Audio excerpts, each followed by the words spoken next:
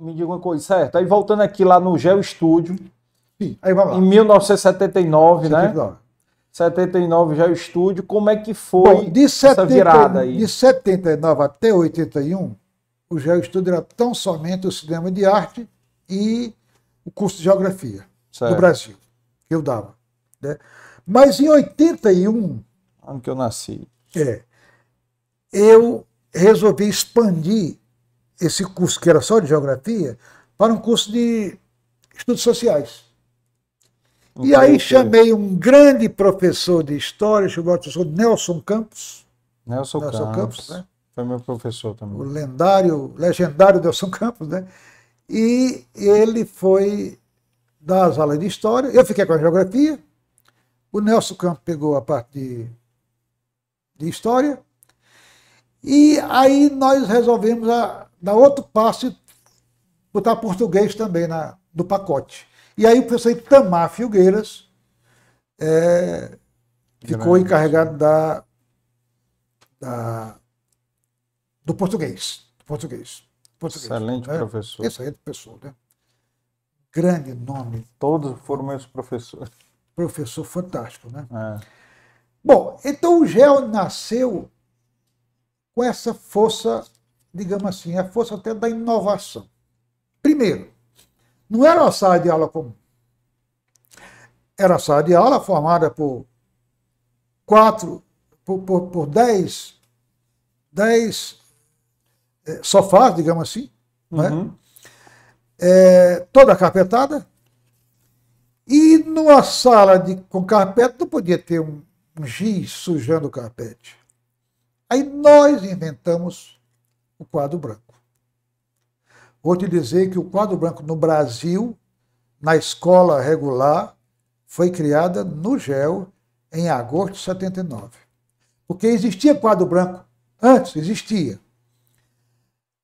Nesses hotéis onde tinha locais para conferência, tinha um quadro de louça que era 1 m por 80, que botava em cima de um cavalete para alguém que fosse fazer uma palestra, entendeu? Fazer algum esquema, algum desenho. Igual aquele dali, ó. Era isso, pronto.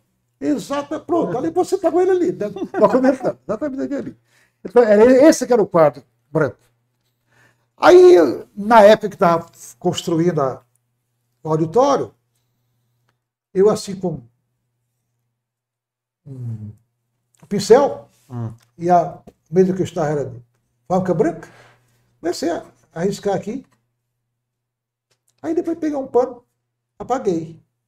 Digo, pronto, está resolvido o problema do quadro.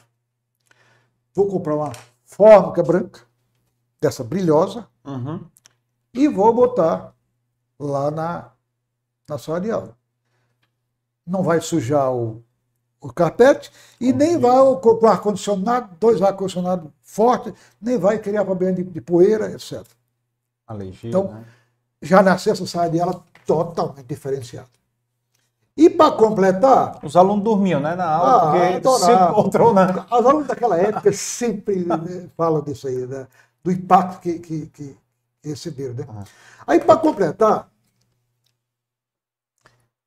eu botei uma cortina na frente da sala de aula.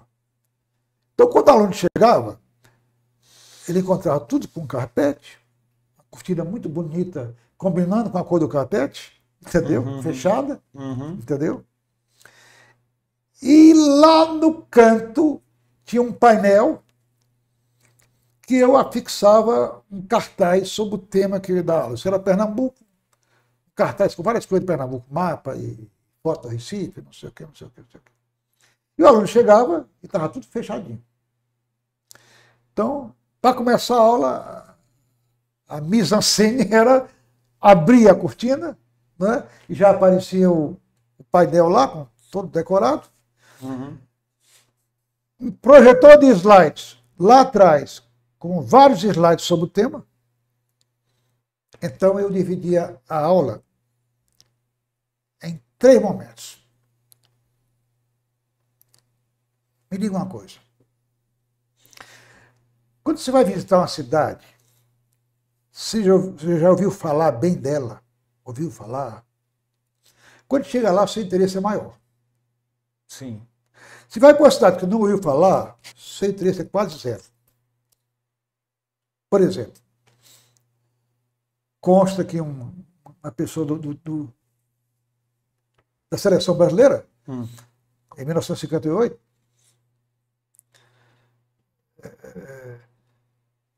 teria visitado uma cidade da França, mas ele nem estava ligado se era na França. Para ele era uma cidade de tinha comprado um jogador, tinha comprado uma gravata. Né? Aí ele, o outro jogador, rapaz, aquela cidade que eu comprei a gravata, rapaz, aquela cidade que eu comprei a gravata. Aí o cara, eu acho que é Paris, acho que é Paris. Para eles, Paris era a cidade onde tinha. Então, quando você não ouve falar, antes você não tem interesse. Então, para ele, Paris era a cidade onde comprou uma gravata. Não era a referência. Não era a cidade de luz da civilização ocidental. Né? Pronto. Então, estamos falando de quê? Falando Sim, das cortinas. Pronto. Então, o aluno, né, quando a aula ia começar, tinha toda essa coisa, que ele criava uma liturgia, digamos assim, né? Tinha uns quadros. Os quadros, tudo já decorado, tá? Os slides à vontade. Bom, aí eu estava falando que a aula tinha 3 etapas. Primeira etapa, eu começava a falar daquele lugar. Falar. Sempre com aquela preocupação de contextualizar, falar, como eu falei aqui, sobre o Rio de Janeiro e Salvador, quer dizer, falar de maneira mais profunda, a ponto de despertar interesse. Né? Aí, depois de falar, pessoal, agora vamos lá. Vamos passar os slides.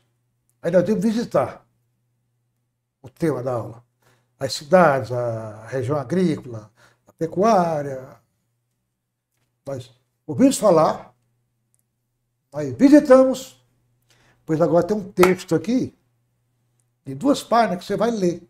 Todo mundo vai ler aí. Tem agora 15 minutos para você ler. E o que estava na leitura era o que ele tinha.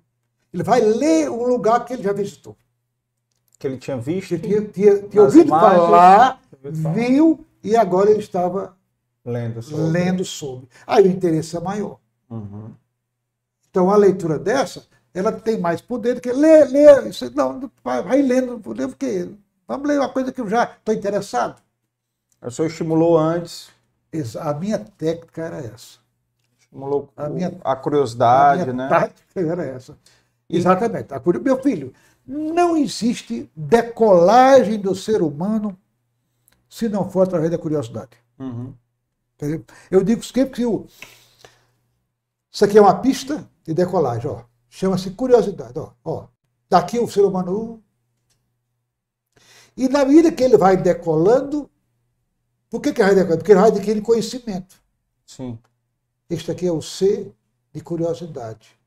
Esse aqui é o C resultante da curiosidade, que é o conhecimento.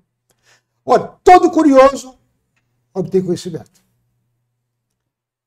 Mas isso aqui não é suficiente para o ser humano se realizar. Ou ele se agarra com o terceiro C, ou ele está incompleto. Ele é um grande intelectual, tem conhecimento, é uma pessoa mal resolvida, complicada, e quanto mais curioso, mais quer, e então fica a comunhão com Deus. Esse aqui é o ser de comunhão com Deus. Quando você chega aqui nesse ponto, você se realiza como ser humano. Curiosidade, conhecimento. Curiosidade que leva ao conhecimento, mas que é necessária a comunhão. E quando as 3 coisas estão juntas, ao quarto C, C de crescimento. Você cresce de maneira completa. Porque você também cresceu como ser humano, não só como conhecedor. Por exemplo, meu filho, vou falar aqui de um assunto desagradável, mas precisa ser dito. Eu convivi 35 anos na universidade, como professor. a minha relação era muito melhor com os alunos do que com os colegas. Porque o pessoal universitário, ele se sente muito estrela, sobe, porque falta às vezes essa comunhão, entendeu? Essa simplicidade que só Deus dá, não é? E aí ele fica sempre acima dos mortais, não é? E no meu caso era diferente.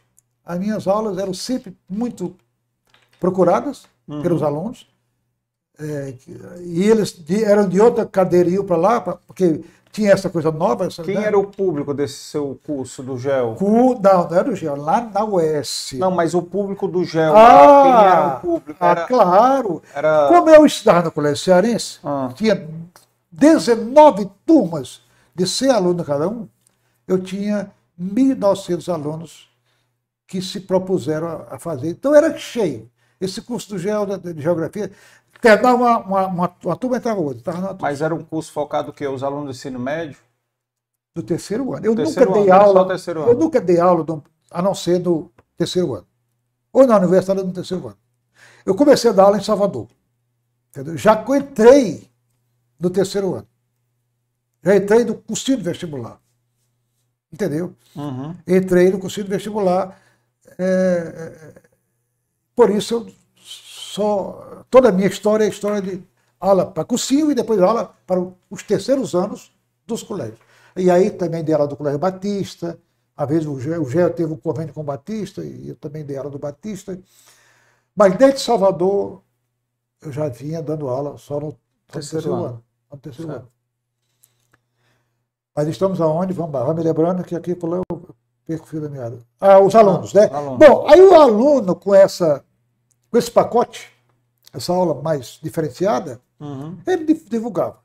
Divulgava para os colegas dele do Colégio Cearense, divulgava para o irmão que já estava na universidade, divulgava para a mãe. Depois até as mães dos alunos estão ouvindo, entendeu? Fazer esses cursos de 3 meses, entendeu? Porque o filho não chegava em casa, não, aí é lindo, vamos lá, vamos ver, tem slide, tem tudo, tem música, tem tudo, era um negócio diferenciado mesmo. E o foco das matérias eram matérias também que já iam cair no vestibular também? Sim, aí, claro, na hora que entra História com Nelson Campos, Português com Itamar Filgueira, Biologia com o professor Eudes, Química com Assis Brito, e Matemática com Cláudio Gomes, aí está completo já o quê? O cursinho. Né? Ciências Humanas, Ciências Exatas, Português, Matemática. Então, em 81, esta sala de aula, quer dizer, 1 ano e meio depois de fundada só para o curso de Geografia e Sistema de Arte, no segundo semestre, 2 anos depois, já vira um cursinho. Aí esse cursinho lotou. E a sala só tinha 50 lugares. Então tivemos que fazer mais turmas e cobrar mais caro. Porque a procura era grande e o espaço era pequeno. E essas turmas eram o quê? Só manhã, noite? Era manhã, tarde e noite. Manhã, tarde e noite. E aí eu tive que imediatamente fazer uma sala igual a essa, aqui na Santos Dumont, em frente ali onde é hoje a Unimed. Que, aliás, é até um local de venda da Unimed, entendeu? Ali foi o segundo local. Eu fiz também um auditório igual, só que para 100 alunos, mas do mesmo estilo. Só mudou a cor do carpete, que aqui na Santos Dumont era verde e o outro lá era castor, entendeu? Aí, isso já em 82. Doutor, aí encheu de lá, encheu de cá, aí imediatamente eu tenho que tomar providência, aí alugo um prédio ali dos fundos da Igreja do Coração de Jesus, naquela esquina. E aí crio a terceira sede de cursinho, que era o Geocentro. Naquela esquina, lá dos padres capuchinhos, né, era o Geocentro. Bom, aí o cursinho, aí nesse momento, eu convidei Arthur Brum para vir para o projeto. E Arthur estava lá no Cristos, era coordenador, e veio para dar as aulas do GEL, e eu dei uma participação societária a ele também, ao Arthur nessa época, entendeu? Ele foi o primeiro sócio? Foi o primeiro sócio, exatamente. Pronto. Em 83? Em 83, exatamente. E aí, 84, encheu também a sede do centro. 85 já não tinha mais local porque era um custo diferenciado. E outra coisa, os professores eram muito bons.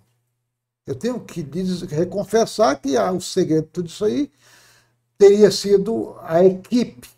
A equipe avalizou os avanços que a gente tinha que ter resultado, né? Então, tanto é um local agradável, interessante, diferente, com ar-condicionado, quando ninguém tinha, com quadro branco, com tudo, mas os professores eram excelentes.